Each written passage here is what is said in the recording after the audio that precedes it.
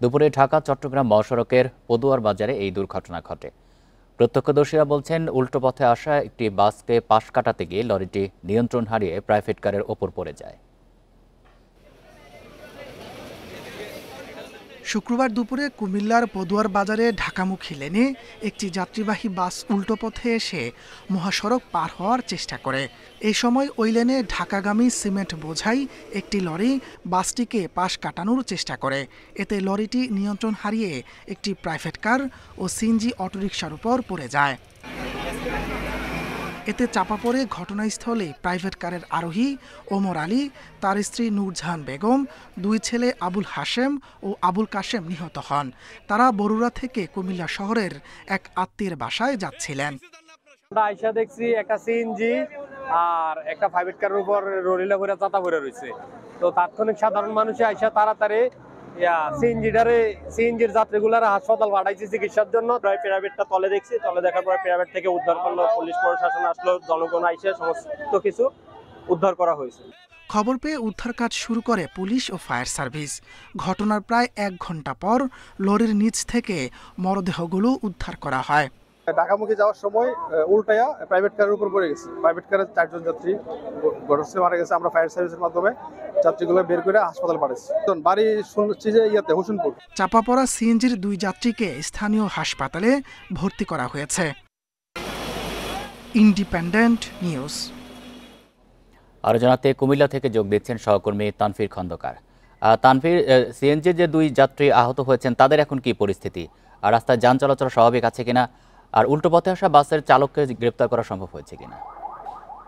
আসলে এই ঢাকা চট্টগ্রাম মহাসড়কের পদুয়ার বাজার ইউটার্নে যে দুর্ঘটনাটি ঘটেছে, সেই দুর্ঘটনার 3.5 ঘন্টা পার হলেও এখানে কিন্তু এখনো যে দুর্ঘটনা কবলিত লরিটি সেটি কিন্তু এখনো এখান থেকে সরানো হয়নি, যে কারণে কিন্তু মহাসড়কের 2 পাশে দীর্ঘ যানজটের তৈরি হয়েছে। এই যে ভারী লরিটি সেটি কিন্তু পুলিশ সরানোর জন্য যে রেকার আনার কথা সেটি কিন্তু আনতে পারছে না, যে কারণে কিন্তু এখানে প্রচুর যানজটের সৃষ্টি হয়েছে এবং মহাসড়কের 2 পাশে কিন্তু এখন প্রায় বন্ধ হয়ে রয়েছে। তবে আরেকটি বিষয় আমি জানিয়ে রাখি, যারা সিএনজিতে ছিলেন তাদেরকে কুমিল্লা মেডিকেল কলেজ হাসপাতালে নিয়ে যাওয়া হয়েছে বলে আমরা জানতে পেরেছি। তবে তাদের বর্তমান কি অবস্থা সেটি জানিনি, কিন্তু সিএনজির উপর লরিটির যে মাথাটি পড়েছিল সে কারণে কিন্তু তারা গুরুতর আহত হয়েছিলেন বলে আমরা জেনেছি। তবে পরবর্তীতে আমরা পুলিশের কাছ থেকে বাকি তথ্য জানতে পারবো। আর এই মুহূর্তে যদি আমি সড়কের অবস্থা একটু দেখাই, এখনো কিন্তু মহাসড়কের উপর এই লরিটি পড়ে আছে, অর্থাৎ ঢাকা চট্টগ্রাম মহাসড়কের ঢাকামুখী যে লেন সেই লেনের উপরে এই লরিটি পড়ে আছে। সেটি সরানোর জন্য পুলিশের কোনো ধরনের ব্যবস্থা কিন্তু আমরা দেখছি না। এখনো কিন্তু সিএনজিটি লরির নিচে পড়ে আছে, যে কারণে কিন্তু মহাসড়কে যান চলাচল বিঘ্নিত হচ্ছে, আমরা কিন্তু সেটি দেখতে পাচ্ছি। আর আমি ঘটনার যদি একটু বর্ণনা দেই, সেটি হচ্ছে শুক্রবার দুপুর 12:30টায় ঢাকা চট্টগ্রাম মহাসড়কের কুমিল্লার পদুয়ার বাজার পল্লী বিদ্যুৎ সমিতির সামনে যে ইউটার্ন রয়েছে সেই ইউটার্নে এই দুর্ঘটনাটি ঘটে। সেখানে একটি বিপরীতমুখী লেন থেকে আসা বাসকে সাইড দিতে গিয়ে আসলে এই লরিটি উল্টে যায়।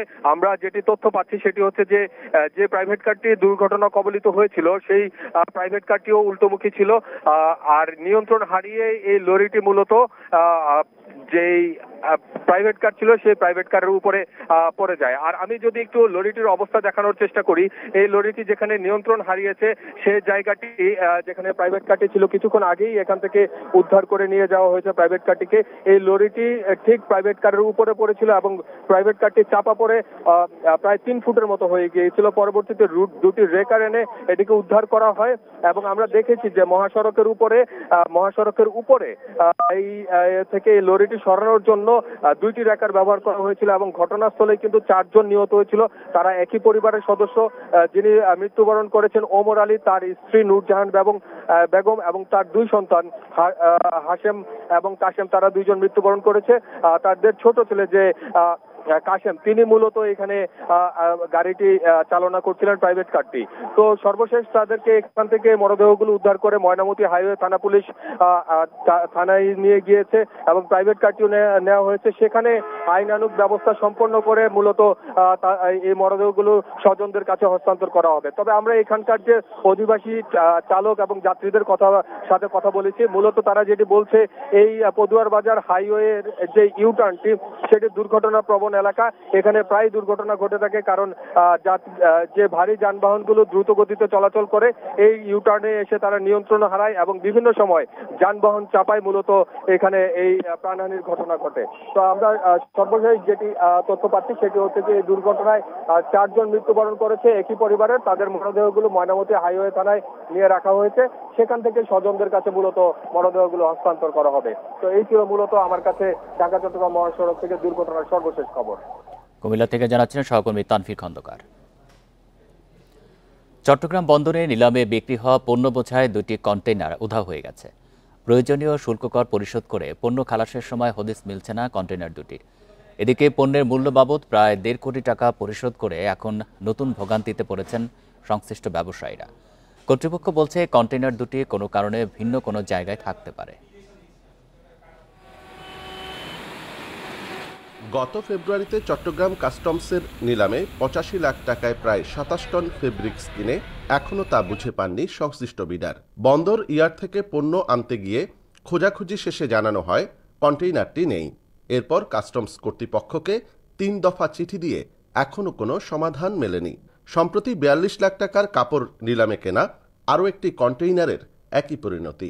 কাস্টমে পণ্য বিট করছি, 10 টাকা লাভ করি আর 5 টাকা লাভ করি, কিন্তু আমার পুরো পুঁজি ডুবাইয়ে দেওয়ার পর আমাকে এই হরানির শিকার হতে হবে কেন? ভোক্তা বা বিডার যাই বলেন, আমার এতগুলো টাকার কে দায়িত্ব নেবে? কন্টেইনারগুলো ডেলিভারি অর্ডার দেওয়ার পরও সেগুলো কেন যথাস্থানে নেই তা নিয়ে প্রশ্ন তুলেছেন বন্দর ব্যবহারকারীরা।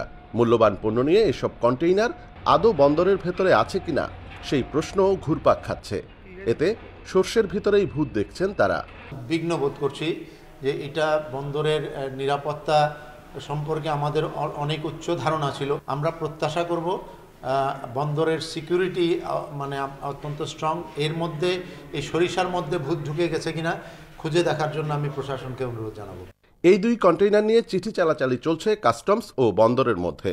আনুষ্ঠানিক কোনো বক্তব্য দিতে রাজি নয় বন্দর কর্তৃপক্ষ। তবে কাস্টম হাউস জানিয়েছে কোনো কারণে কন্টেইনারগুলো ভিন্ন কোনো স্থানে সরানো হতে পারে। এ বিষয়ে চলছে অনুসন্ধান। আমরা যেটা ধারণা করছি যে এই কন্টেইনারগুলো হয়তো অন্য কোথাও শিফট করা হয়েছে, যেই লোকেশনে তখন ছিল আপাতত এই লোকেশনে নাই। তো এটা হয়তো খুঁজে পাওয়া যাবে এবং খুঁজে পাওয়া গেলে তো পণ্য বুঝাই দেওয়া হবে। আর ইনকেস যদি কোনো কারণে খুঁজে পাওয়া না যায়, তিনি যে টাকাটা জমা দিয়েছেন এটা রিফান্ডের আমাদের যে প্রসিডিউর আছে ওই প্রসিডিউরে আমরা রিফান্ডের ব্যবস্থা করব। সম্প্রতি চট্টগ্রাম বন্দর থেকে নথি জালিয়াতির মাধ্যমে কন্টেইনার ও পণ্য খালাস, মাসুল ও জরিমানা মওকুফের মতো বেশ কয়েকটি ঘটনা সামনে এসেছে। অনুপম শীল, ইন্ডিপেন্ডেন্ট নিউজ, চট্টগ্রাম। গাইবান্ধা সুন্দরগঞ্জে মৌলানা ভাসানী সেতুর ল্যাম্পপোস্টের তার উদ্বোধনের আগে চুরি গেছে। এর জেরে উদ্বোধনের দিন থেকে সন্ধ্যা নামলেই অন্ধকার সেতু। এর মধ্যে এই ঝুঁকি নিয়ে যাতায়াত করছে যানবাহন ও পথচারী। গত বুধবার মৌলানা ভাসানী সেতুর আনুষ্ঠানিক উদ্বোধন হয়। অনুষ্ঠানের আগে সেতু কর্তৃপক্ষ জানতে পারে বিদ্যুৎ সংযোগের তার চুরি হয়ে গেছে। প্রাথমিকভাবে জেনারেটর দিয়ে আনুষ্ঠানিকতার কাজ শেষ হলেও সন্ধ্যায় বিষয়টি সাধারণ মানুষের নজরে আসে। অন্ধকারে ডুবে থাকা সেতুর ভিডিও সামাজিক যোগাযোগ মাধ্যমে ছড়িয়ে পড়ে। অন্তত 300 মিটার বিদ্যুতের তার চুরি হয়েছে বলে জানিয়েছে সেতু কর্তৃপক্ষ। এই ঘটনায় তদন্ত চলছে জানিয়ে নতুন করে বিদ্যুৎ সংযোগ দেওয়ার কাজ শুরু হয়েছে বলে জানান কর্মকর্তারা। সেতুর বিদ্যুৎ সংযোগ স্বাভাবিক হতে আরও অন্তত 1 সপ্তাহ লাগতে পারে বলে জানান তারা।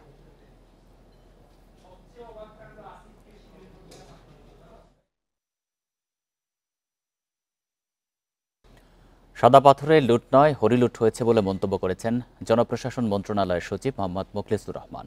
এই ঘটনায় জড়িত কেউ ছাড় পাবে না বলে হুঁশিয়ারিও দেন তিনি। সকালে সিলেটের কোম্পানিগঞ্জ উপজেলার ভোলাগঞ্জ সাদা পাথর এলাকা পরিদর্শনে গিয়ে তিনি বলেন, বিজিবি ক্যাম্পের পাশেই সাদা পাথরে ভয়াবহ লুটপাট হয়েছে, তাই এই ঘটনায় বিজিবিও কোনোভাবেই দায় এড়াতে পারে না। এ সময় তিনি বলেন, সাদা পাথরের মতো একটি আন্তর্জাতিক মানের পর্যটন কেন্দ্রে এমন ভয়াবহ লুটপাট দেশে ভাবমূর্তি ক্ষুণ্ণ করেছে। পর্যটকদের জন্য নিরাপদ ও আকর্ষণীয় পরিবেশ ফিরিয়ে আনতে দ্রুত পদক্ষেপ নেওয়া হবে উল্লেখ করে তিনি বলেন, সাদা পাথর পর্যটন কেন্দ্রকে সিসিটিভি ক্যামেরার আওতায় নিয়ে আসা হবে।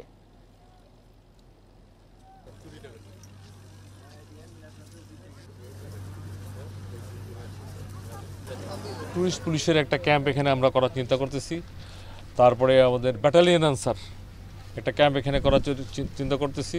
এটার সাথে জড়িত সে যেই হোক খুঁজে বের করে আইনের আওতায় নিয়ে আসা হচ্ছে। একটু সিলেট থেকে এক বছরে প্রায় 2 কোটি ঘনফুট পাথর লুট হয়েছে, যার বাজার মূল্য 1000 কোটি টাকার উপরে। কয়েকদিনের অভিযানে লুটের মাত্র 8 লাখ ঘনফুট পাথর উদ্ধার হয়েছে। এসব পাথর প্রতিস্থাপন হলেও আগের সৌন্দর্য ফেরানো সম্ভব নয় বলছেন পরিবেশবিদরা। পাথর লুটের ঘটনায় মূল অভিযুক্তরা ধরাছোঁয়ার বাইরে থাকায় ক্ষুব্ধ সচেতন মহল। কোম্পানিগঞ্জের সাদা পাথর কিংবা প্রকৃতিকন্যা জাফলং সিলেটের পর্যটকদের অন্যতম গন্তব্য। গত কয়েকদিনের বাধাহীন পাথর লুটপাটে বিরানভূমিতে পরিণত হয়েছে এসব এলাকা। পুরনো পাথরের স্তূপ কিংবা সারি সারি সাদা পাথরের বিছানা যেন দূরের কোনো স্মৃতি। প্রায় 1 বছর ধরে চলছে পাথর লুটপাট। সম্প্রতি উদ্ধার করা কিছু পাথর প্রতিস্থাপন হলেও আগের সৌন্দর্য ফেরানো সম্ভব নয় বলছেন পর্যটকরা। পাথরগুলো আবার উদ্ধার করে আবার এবড়োতেবড়োভাবে ফেলছে জায়গায়, সেক্ষেত্রে সৌন্দর্য কতটুকু ফিরে আসবে সেটিও একটা বোঝার বিষয় আছে। কোম্পানিগঞ্জ ও গোয়াইনঘাট থানায় 2টি মামলা হলেও সব আসামি অজ্ঞাত। প্রশাসনের ছত্রছায়ায় লুটের সঙ্গে রাজনৈতিক দলের নেতারা জড়িত থাকলেও তারা থাকছে ধরাছোঁয়ার বাইরে। মূল আসামিদের আড়ালে রেখে অভিযান চালালে কোনো ফল আসবে না বলছেন সচেতন মহল। প্রশাসনের যোগসাজশ এবং নীরবতা ছাড়া এই ধরনের কাজ সম্ভব ছিল না। এটার সাথে আমাদের রাজনীতিবিদরাও জড়িত ছিলেন, আমাদের প্রভাবশালী মহলের যারা লুটেরা শ্রেণী তারাও জড়িত ছিলেন। প্রশাসনিক কর্মকর্তারা যাদের কে তারা সহযোগিতা দিয়েছেন তাদেরকে তারা ভালো করেই চেনেন, কিন্তু তারা যেহেতু তাদের থেকে নানান ধরনের সুবিধা নিয়েছেন সে কারণে এই সমস্ত মানুষকে তারা সামনে আনছেন না। শুধু পাথর প্রতিস্থাপন নয়, ভবিষ্যতে পাথর লুট ঠেকাতে কঠোর পদক্ষেপের কথা জানান বিভাগীয় কমিশনার। স্টাডির পরে যে কি করণীয় সেটি যদি যেভাবে স্টাডি রিপোর্ট হবে, রিকমেন্ডেশন হবে, সেই বেসিসে আমরা কাজ করব। এখানে ভুল বোঝাবুঝির কোনো অবকাশ নেই। ভোলাগঞ্জ, সাদাপাথর, জাফলং, উৎমাছড়া, রাঙ্গাপানি, বিছানাকান্দি ও লোভাছড়ায় গত 1 বছরে লুট হয়েছে 2 কোটি ঘনফুটেরও বেশি পাথর। গত কয়েকদিনের অভিযানে উদ্ধার হয়েছে 8 লাখ ঘনফুট, যা লুট হওয়া পাথরের মাত্র 4%। Independent news. মায়ের ডাকে প্রদর্শনীতে যোগ দিয়ে বক্তব্য রাখছেন বিএনপি মহাসচিব মির্জা ফখরুল ইসলাম আলমগীর। আমরা সরাসরি চলে যাচ্ছি সেখানে। আমরা যার নেতৃত্ব করেছি, আমরা একজনও কেউ বাকি নেই যার মধ্যে 100, 150, 200, 300, 400 পর্যন্ত মামলা নেই, সেই মামলাতে হারাস্ট হয়নি। সুতরাং এ কথা ভাবাটাও ভুল হবে যে বিএনপি এই বিষয়গুলোকে এড়িয়ে যাবে। বিএনপি নির্বাচন অবশ্যই চায়, সেই নির্বাচন চায় এই বিচারকে নিশ্চিত করার জন্য, বিচারগুলোকে ত্বরান্বিত করার জন্য। আমি খুব পরিষ্কার ভাষায় বলতে চাই, এই আমাদের যে ইন্টারিম যে গভর্নমেন্ট, মধ্যবর্তী যে সরকার, তারা সম্পূর্ণ ব্যর্থ হয়েছে এই গুম কমিশনকে পাবলিককে নিয়ে আসার, পাবলিক শুনানি করার।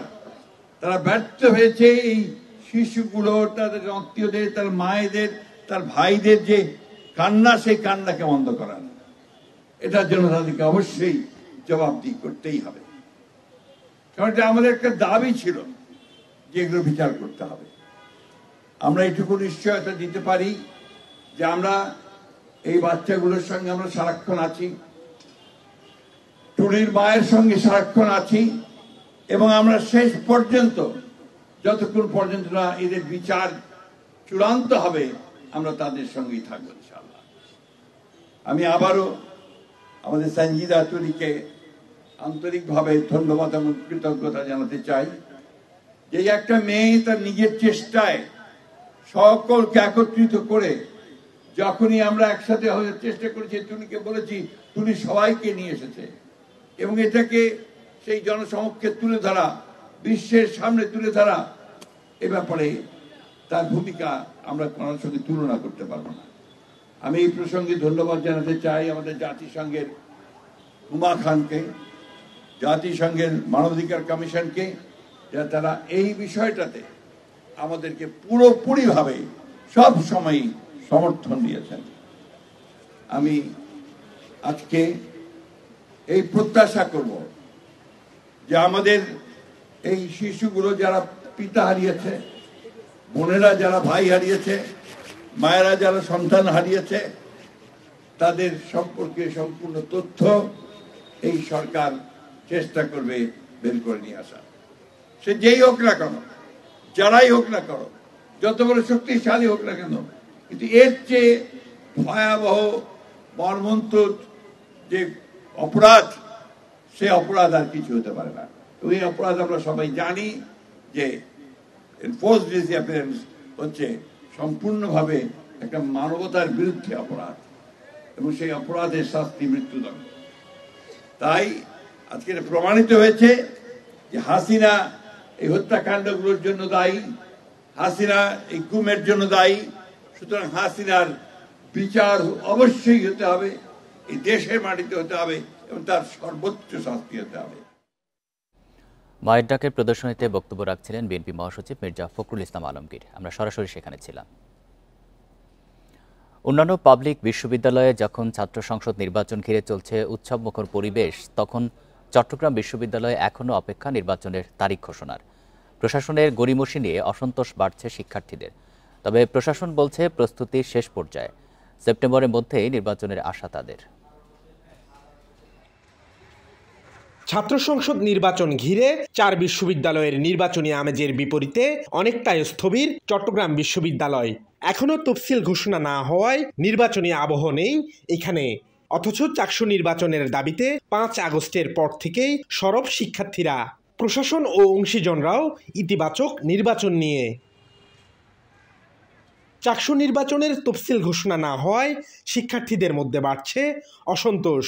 ক্যাম্পাসে বিদ্যমান নানা সমস্যা সমাধানে ছাত্র সংসদ নির্বাচনকে গুরুত্বপূর্ণ মনে করছেন তারা।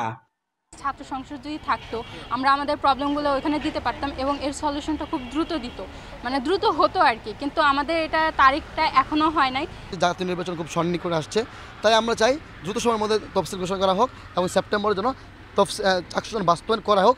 প্রশাসন বলছে সেপ্টেম্বরের শেষ সপ্তাহে নির্বাচন আয়োজন করতে প্রস্তুতি নেওয়া হচ্ছে। এরই মধ্যে তৈরি করা হয়েছে গঠনতন্ত্র, যেখানে বেশ কিছু পরিবর্তন আনা হয়েছে। বাড়ানো হয়েছে সম্পাদকীয় পদ, কমানো হয়েছে সভাপতি পদে উপাচার্যের ক্ষমতা। কোন বিশ্ববিদ্যালয় শিক্ষার্থীদের সাথে আলোচনা করে এই নীতিমালা কিন্তু প্রণয়ন করা হবে, আমরা কিন্তু সেটি করেছি। সেজন্য আমাদের কিছুদিন সময় লেগেছে। সবকিছু মিলে আমাদের নির্বাচন দেওয়ার ক্ষেত্রে আমাদের কোনো আন্তরিকতার অভাব নেই। এদিকে তফসিল ঘোষণার পর থেকে ছাত্র সংসদ নির্বাচন পর্যন্ত সব অংশীজনকে দায়িত্বশীল আচরণ বজায় রাখার আহ্বান বিশ্ববিদ্যালয় কর্তৃপক্ষের।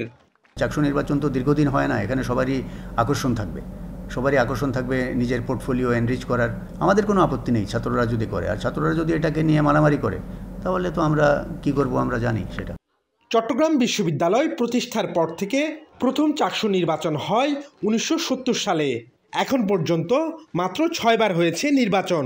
চাকসুতে সবশেষ ভোট হয় 1990 সালের 8 February. Abdullah Rakib, Independent News, Chattogram. এবার ডেঙ্গু পরিস্থিতি নিয়ে প্রতিবেদন।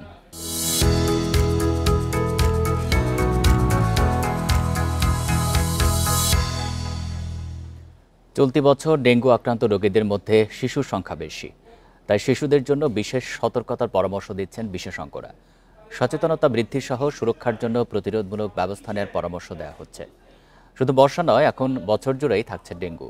মশার কামড় থেকে বাঁচতে শরীরের উন্মুক্ত স্থানে মশা প্রতিরোধক ক্রিম বা স্প্রে ব্যবহার করতে পরামর্শ দেন তারা। তবে এগুলো ব্যবহারের সময় শিশুর বয়স ও ত্বকের জন্য উপযোগিতার দিকে লক্ষ্য রাখতে হবে। এছাড়া ঘুমানোর সময় মশারি ব্যবহার এবং শিশু ঘরের বাইরে যাওয়ার সময় যথাসম্ভব শরীর ঢাকা পোশাক পরানোর পরামর্শ দেওয়া হচ্ছে। এডিস মশা সাধারণত আবদ্ধ পানিতে বংশবৃদ্ধি করে, আবাসস্থল ধ্বংস করে বংশবিস্তার ঠেকানো সম্ভব।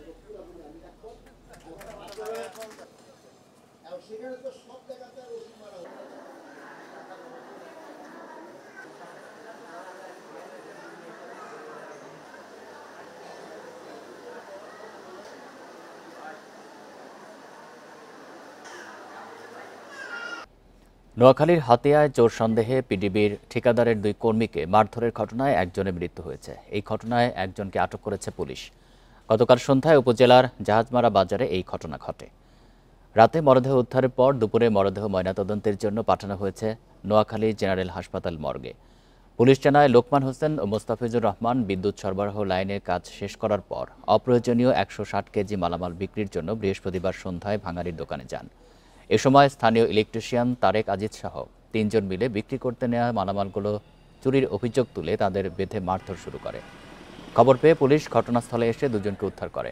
এর কিছুক্ষণ পর ঘটনাস্থলে মারা যান লোকমান। এই ঘটনায় অভিযুক্ত তারেক আজিজকে আটক করেছে পুলিশ।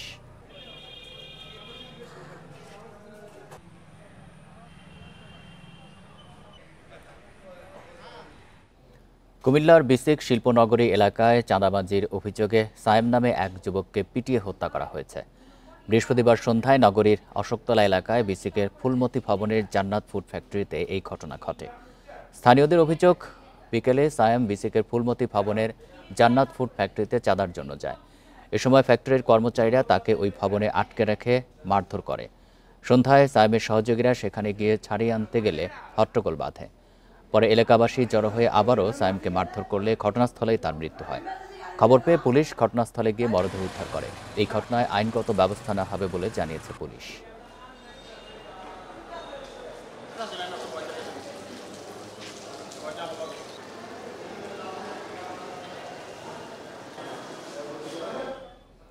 লক্ষ্মীপুরে রামগঞ্জের ইসাপুর ইউনিয়ন বিএনপির সাধারণ সম্পাদক পদে নির্বাচিত হয়েছেন তথ্য উপদেষ্টা মাহফুজ আলমের বাবা আজিজুর রহমান বাচ্চু।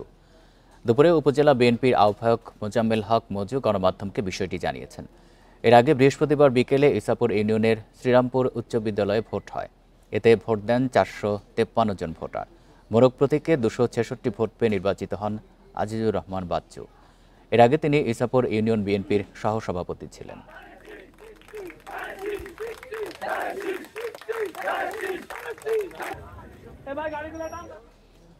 জামালপুরে জেলা বিএনপির সম্মেলন অনুষ্ঠিত হবে আগামীকাল। দীর্ঘ 8 বছর পর সম্মেলন ঘিরে পুরো জেলায় এখন উৎসবের আমেজ। সম্মেলন সফল করতে নেওয়া হয়েছে সব ধরনের প্রস্তুতি। শহরের বেলটি এলাকায় সম্মেলন স্থলে চলছে শেষ মুহূর্তের আয়োজন। এতে প্রধান অতিথি হিসেবে ভার্চুয়ালি যুক্ত হবেন দলের ভারপ্রাপ্ত চেয়ারম্যান তারেক রহমান। এদিকে সম্মেলন সফল করতে প্রচারণা চালাচ্ছেন নেতাকর্মীরা। যোগ দেবেন 7টি উপজেলা নেতাকর্মী। আনুষ্ঠানিকভাবে সম্মেলন উদ্বোধন করবেন বিএনপির জাতীয় স্থায়ী কমিটির সদস্য ইকবাল হাসান মাহমুদ টুকু।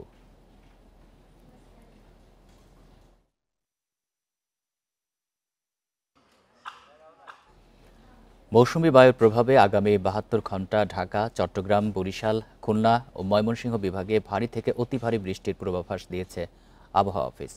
বৃষ্টিতে কক্সবাজার জেলায় উচ্চ পাহাড় ঝুঁকির পূর্বাভাসও দেওয়া হয়েছে। আবহাওয়া অফিস জানিয়েছে সবচেয়ে বেশি বৃষ্টি হতে পারে চট্টগ্রাম ও বরিশাল বিভাগে। বৃষ্টির কারণে চট্টগ্রামে পাহাড় ধসের ঝুঁকি কম থাকলে জলাবদ্ধতার শঙ্কা রয়েছে। 72 ঘণ্টা পর বৃষ্টি কমে আসবে। এরপর 3 দিন বিরতি দিয়ে আবারও বৃষ্টিপাত শুরু হবে বলে জানিয়েছে আবহাওয়া অফিস। গত 24 ঘণ্টায় দেশের সবচেয়ে বেশি বৃষ্টি রেকর্ড করা হয়েছে কুতুবদিয়া 241 মিলিমিটার। দেশের সমুদ্র বন্দরগুলোতে 3 নম্বর সতর্ক সংকেত দেখাতে বলা হয়েছে।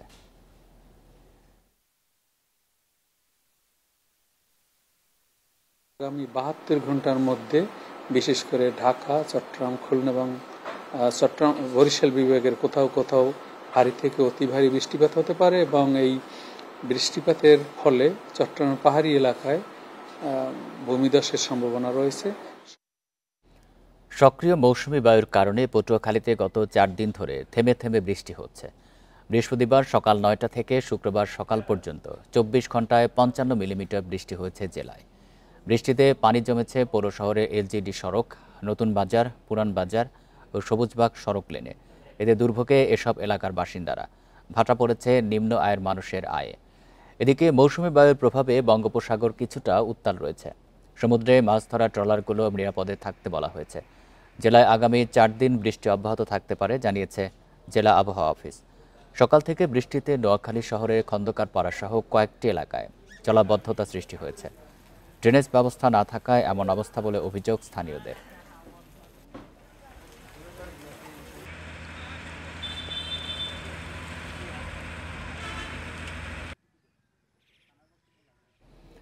মানিকগঞ্জের পদ্মা যমুনা নৌরুটে পণ্যবাহী নৌযান থেকে চ্যানেল চার্জের অতিরিক্ত অর্থ আদায়ের অভিযোগ উঠেছে ঠিকাদারের বিরুদ্ধে। এছাড়া সীমানার বাইরে নৌযান থেকেও চার্জ নিচ্ছে তারা, অভিযোগ চালকদের।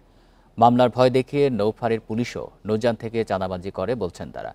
এ বিষয়ে লিখিত অভিযোগের পরেও কোনো ব্যবস্থা না নেয় পণ্যবাহী নৌযান চলাচল বন্ধের হুমকি শ্রমিকদের। রাজবাড়ীর গোয়ালন্দ থেকে কুষ্টিয়ার পাকশি পর্যন্ত পদ্মার নৌরুটে পণ্যবাহী নৌযান থেকে চ্যানেল চার্জ আদায় করে গ্রুপন প্রাইভেট লিমিটেড নামের একটি প্রতিষ্ঠান। চালকদের অভিযোগ, নির্দিষ্ট সীমানার বাইরে গিয়েও নৌ শ্রমিকদের কাছ থেকে অর্থ আদায় করে ঠিকাদারের লোকজন। চাঁদা দিতে অস্বীকৃতি জানালে করা হয় মারধর। ওনাদের চাহিদা অনুযায়ী না দিলে ওনারা আমাদেরকে মামলা হামলা দিয়ে হয়রানি করে। 25-30 জন লোক থাকে, লাঠি চোটা নিয়ে ওঠে, কাউরে আঘাত করে। এগো নির্যাতনে আমরা জাহাজ চালাইতে আমাকে খুব কষ্ট হয়ে যায়। শুধু ঠিকাদার নয়, মামলার ভয়ভীতি দেখিয়ে চাঁদাবাজির অভিযোগ উঠেছে পাটুরিয়া নৌফাঁড়ির পুলিশের বিরুদ্ধেও।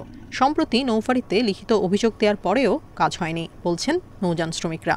এটা আন্তর্জাতিক রুট, এই রুটে যখন তারা এই মাসুল নিতে আসে তখন এটা একটা চাঁদাবাজির আওতায় পড়ে। বিগত 1 বছর জানিয়ে আসতেছি প্রশাসন এবং পুলিশকে। তবে সীমানার বাইরে গিয়ে চ্যানেল চার্জ আদায়ের অভিযোগ সত্য নয় দাবি ঠিকাদার প্রতিষ্ঠানের। একইভাবে নৌ পুলিশের চাঁদাবাজির অভিযোগ নাকচ করলেন কর্মকর্তা। যে চার্জটা ওইটা নেওয়ার চেষ্টা করতেছি ভাই, এটা সম্পূর্ণ ভিত্তিহীন। আর প্রশাসন থাকে BWT এর সবসময় কোস্টগার্ড তারা সবসময় থাকে। কোথাও যদি এই ধরনের থাকে আপনারা আমাদের ঊর্ধ্বতন কর্তৃপক্ষ জানাতে পারেন, আমরা সর্বোচ্চ আইনগত ব্যবস্থা বা আমাদের তো বিভাগীয় ব্যবস্থা আছে, বিভাগীয় ব্যবস্থা নেওয়া হবে। অভিযোগের বিষয়ে নৌ ও থানা পুলিশকে তদন্ত করে ব্যবস্থা নিতে বলা হয়েছে, জানালেন ইউএনও। এই বিষয়ে পুলিশ, নৌ পুলিশ এবং থানা পুলিশ দুইজনকে আমরা ব্যবস্থা নিতে বলেছি। তারা প্রয়োজনে চাঁদাবাজির মামলা যাদের কাছ থেকে নিচ্ছে তারা যদি চাঁদাবাজির মামলা দেয় আমরা আইনগত প্রক্রিয়া গ্রহণ করব। পদ্মা যমুনার নৌ রুটে প্রতিদিন 3 শতাধিক বাল্কহেড ছাড়াও বিভিন্ন ধরনের পণ্যবাহী নৌযান চলাচল করে। চাঁদাবাজি বন্ধেই ব্যবস্থা নেওয়া না হলে অনির্দিষ্টকালের জন্য নৌযান বন্ধ রাখার হুমকি শ্রমিকদের। Independent news. রাজধানীর বাইরেও 1 সপ্তাহের ব্যবধানে বাজারে সব ধরনের সবজির দাম বেড়েছে ডিমের দাম। ব্রয়লার মুরগির দাম কেজিতে 10 টাকা বাড়লেও কমেছে দেশীয় সোনালী মুরগির দাম। চট্টগ্রামে সব ধরনের সবজির দাম কেজিতে 20 টাকা পর্যন্ত বেড়েছে। 10 টাকা বেড়ে ব্রয়লার মুরগি বিক্রি হচ্ছে 170 টাকায়, কেজিতে 30 টাকা কমে দেশি মুরগি 550 টাকায় এবং 20 টাকা কমে সোনালী মুরগি বিক্রি হচ্ছে 340 টাকায়। সরবরাহ কমের অজুহাতে বরিশালে টমেটো 200, বরবটি 80, গাজর 180 টাকা কেজিতে বিক্রি হচ্ছে। রাজশাহীতে 20 টাকা বেড়ে কাঁচামরিচ 240 টাকা কেজিতে বিক্রি হচ্ছে। এছাড়া ডিমের দামও বাড়তি, ডজনে 6 টাকা বেড়ে ডিম বিক্রি হচ্ছে 126 টাকায়। বিক্রেতারা জানান বৃষ্টির কারণে সরবরাহ কম থাকায় দাম বেড়েছে। অন্যদিকে খুলনায় গত সপ্তাহের তুলনায় সব ধরনের সবজির দাম কেজিতে 10 টাকা পর্যন্ত কমেছে। সবজির দাম 70 টাকা, 80 টাকা, 100 টাকা কোনো সবজি নেই ভাই। কারণ পানির কারণে একটু বর্ষা দিনের উৎপাদন কম হয়, পয়সা যায়, লাগায় পয়সা যায়। কষ্টকর, কারণ সব বাজারের দাম একটু বেশি, তুলনামূলকভাবে একটু বেশি। খুব চড়া দাম, আর ম্যাজিস্ট্রেট তো সাধারণত আসেই না, খুব কম। জামালপুরে বকশীগঞ্জে ভারতের সীমান্ত ঘেঁষা 5টি গ্রামে ছড়িয়ে পড়েছে বন্য হাতির আতঙ্ক।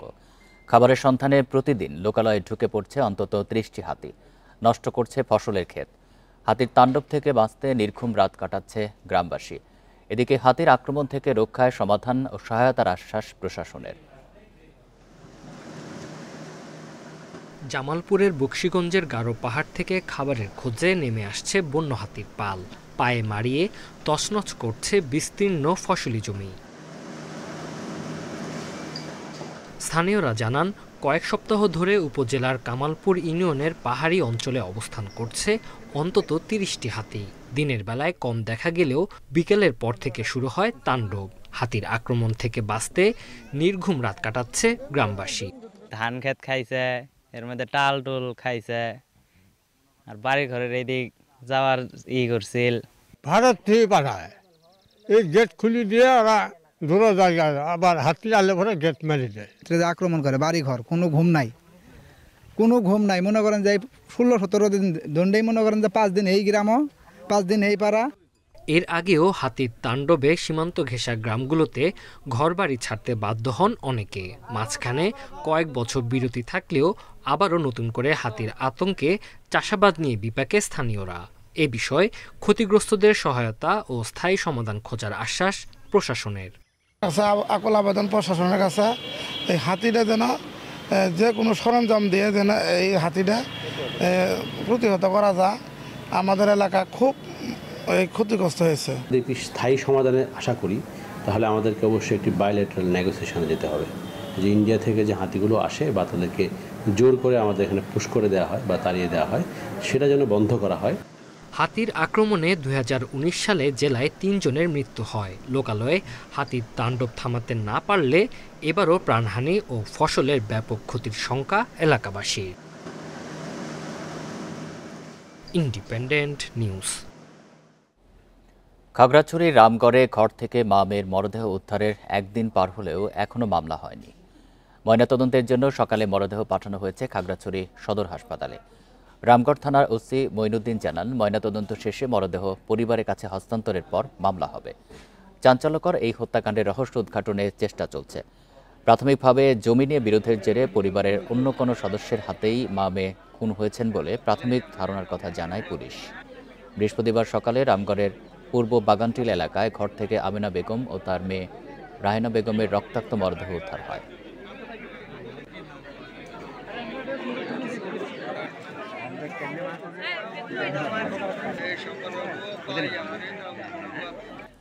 জামালপুরে ইসলামপুরে এক বাড়ি থেকে মাসুদুল হাসান অটল নামে এক তরুণের মরদেহ উদ্ধার করেছে পুলিশ। সকালে উপজেলার আমতলী বাজারের পাশে সাবেক যুবলীগ নেতার টারজানের বাড়ি থেকে মরদেহটি উদ্ধার করা হয়। নিহত মাসুদুল হাসান অটল যুবলীগ নেতা টারজানের আত্মীয় বলে জানিয়েছে পুলিশ। স্থানীয়রা জানান, সকালে টারজানের তালাবদ্ধ ঘর থেকে দুর্গন্ধ ছড়িয়ে পড়লে তালা ভেঙে ভেতরে ঢুকে তরুণের ঝুলন্ত মরদেহ পান তারা। পরে পুলিশ এসে মরদেহ উদ্ধার করে মর্গে পাঠায়। বগুড়ার বাসিন্দা অটল পারিবারিক কলহের জেরে জামালপুরে আত্মীয়ের বাড়িতে এসে আত্মহত্যা করেছে বলে ধারণা তাদের। এদিকে হবিগঞ্জের নবীগঞ্জে নিখোঁজের দুদিন পর কালভার্টের নিচ থেকে জাবেদ মিয়া নামে এক তরুণের মরদেহ উদ্ধার করেছে পুলিশ। বুধবার মোবাইলে ফোন পেয়ে বাড়ি থেকে বেরিয়ে নিখোঁজ ছিলেন জাবেদ।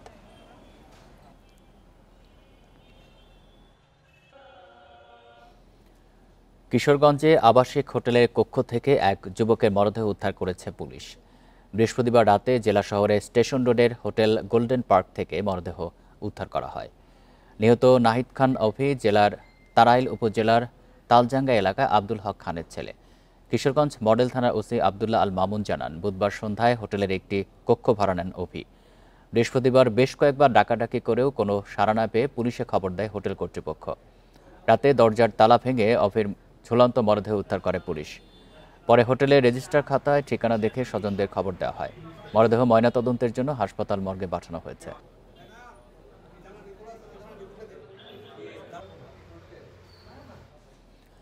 মুন্সিগঞ্জে নৌকাবাজ দেখতে গিয়ে ইসামতি নদীতে পড়ে নিখোঁজের একদিন পর শিশুর মরদেহ উদ্ধার করেছে ফায়ার সার্ভিস। দুপুরে সিরাজদি খান উপজেলার তেঘুরিয়া শ্মশানঘাট এলাকা থেকে শিশুটির মরদেহ উদ্ধার করা হয়। নিহত সুজন সিরাজদি খান উপজেলার রাজানগর গ্রামের মোহাম্মদ কাজল মিয়ার ছেলে। এর আগে বৃহস্পতিবার বিকালে কয়েকজন বন্ধুর সাথে ইসামতি নদীতে নৌকাবাজ দেখতে যায় সুজন। এ সময় ট্রলারে উঠতে গিয়ে নদীতে পড়ে নিখোঁজ হয় সে। খবর পেয়ে ফায়ার সার্ভিসের ডুবুরি দল তাকে উদ্ধারের কাজ শুরু করে। 2 দফা উদ্ধার কাজ শেষে নিখোঁজের প্রায় 20 ঘণ্টা পর ঘটনাস্থলে অদূরে সুজনের মরদেহ উদ্ধার করা ডুবুরি। প্রায় 4 দশক ধরে যশোরে ভবদহে জলাবদ্ধতার কারণে হুমকির মুখে ফসলের ক্ষেত। এবছর বৃষ্টি বেশি হওয়ায় 14,000 হেক্টর জমির আমন ধান ক্ষতির মুখে। প্রায় 400 কোটি টাকা লোকসান হতে পারে কৃষকের। পানি অপসারণের ব্যবস্থা না থাকায় আবাদযোগ্য জমির পরিমাণ কমে গেছে বলে অভিযোগ কৃষকদের। আর জলাবদ্ধতা নিরসনে নদী খাল খননের প্রকল্প চলমান আছে বলে জানিয়েছে পানি উন্নয়ন বোর্ড। বছর জুড়ে পানির সঙ্গে সংগ্রাম করতে হয় ভবদহের প্রায় 5 লাখ মানুষের। সেচের মাধ্যমে পানি সরিয়ে আবাদযোগ্য করে তোলা হয়েছিল 28,000 হেক্টর জমি। তবে এবছর বৃষ্টিপাত বেশি হওয়ায় আবারও জলাবদ্ধতা দেখা দিয়েছে ভবদহ অঞ্চলে। প্লাবিত হয়েছে ভবদহ অঞ্চলের 52টি বিল। বৃষ্টি অব্যাহত থাকায় প্রতিনিয়ত বাড়ছে পানি। কৃষকদের শঙ্কা, এতে ক্ষতির মুখে পড়বে আমন ধান। ফলন কমে যাবে প্রায় 83,000 মেট্রিক টন। এর তো আপনার বিলের আবাদি জমিতে এখানে জলাবদ্ধতার কোনো কারণ নেই। কারণ তো আপনার ভৈরব নদী দিয়ে পানি চলে যাবে, কিন্তু ওই জায়গায় যদি প্রয়োজনীয় নিষ্কাশন না হয় তাহলে জলাবদ্ধতা হবেই। বছর ধরে আমাকে টোটালি দাম হয় না, আর এই গেট বেড়ি হয়ে গেছে, জল ঠিক মতো পড়ে না। কৃষকরা বলছেন, এই বছর বর্ষা মৌসুম শুরুর আগে জলাবদ্ধতা দেখা দিয়েছে। অপসারণ ব্যবস্থা না থাকায় পানিতে তলিয়ে কমে গেছে আবাদযোগ্য জমি। 2 বছর মার গেছে, এর আগে কিছু ধান হয়ে গেছে, 2-3 বছর পর পর ভালো ধান হয়ে গেছে। বিল মাঠের পানি অপসারণ সম্ভব হলে স্বল্পমেয়াদী ও পানি সহিংস জাতের ধান রোপণের পরামর্শ কৃষি বিভাগের। আর পানি উন্নয়ন বোর্ড বলছে সমস্যা নিরসনে সেনাবাহিনীর একটি প্রকল্প চলমান আছে। সুইচ গেটগুলো খুলে দেবে এবং শেষ কাজ পানি অপসারণের জন্য যে ড্রেনেজ সিস্টেমটা সেটা উন্নত করবে এবং কৃষকদের পাশে আমরা থেকে এই ব্যাপারে কাজ করে যাচ্ছি। আমাদের অতিবৃষ্টির কারণে আমি মনে করি যে কৃষি জমি অনাবাদি থেকে যাওয়ার সম্ভাবনা রয়েছে। একটা সমন্বিত উদ্যোগ নিয়েছি, আশা করতেছি যে আমডাঙ্গা খাল সংস্কার, নদী পুনঃখনন, অভ্যন্তরীণ নিষ্কাশন, খাল পুনঃখনন এবং রেগুলেটর মেরামত হলে মানুষের এই কষ্টটা আর থাকবে না। কৃষি বিভাগের তথ্য মতে জেলায় 1,40,800 হেক্টর আমনের লক্ষ্যমাত্রা নির্ধারণ করা হয়েছে। তবে জলাবদ্ধতার কারণে তা পূরণ নিয়ে দেখা দিয়েছে সংশয়। Independent news. এ ছিল সমগ্র বাংলাদেশে ইন্ডিপেন্ডেন্ট টেলিভিশনের সব খবরের আরো বিস্তারিত জানতে চোখ রাখুন ফেসবুক, ইউটিউব এবং এক্সে। ধন্যবাদ সবাইকে।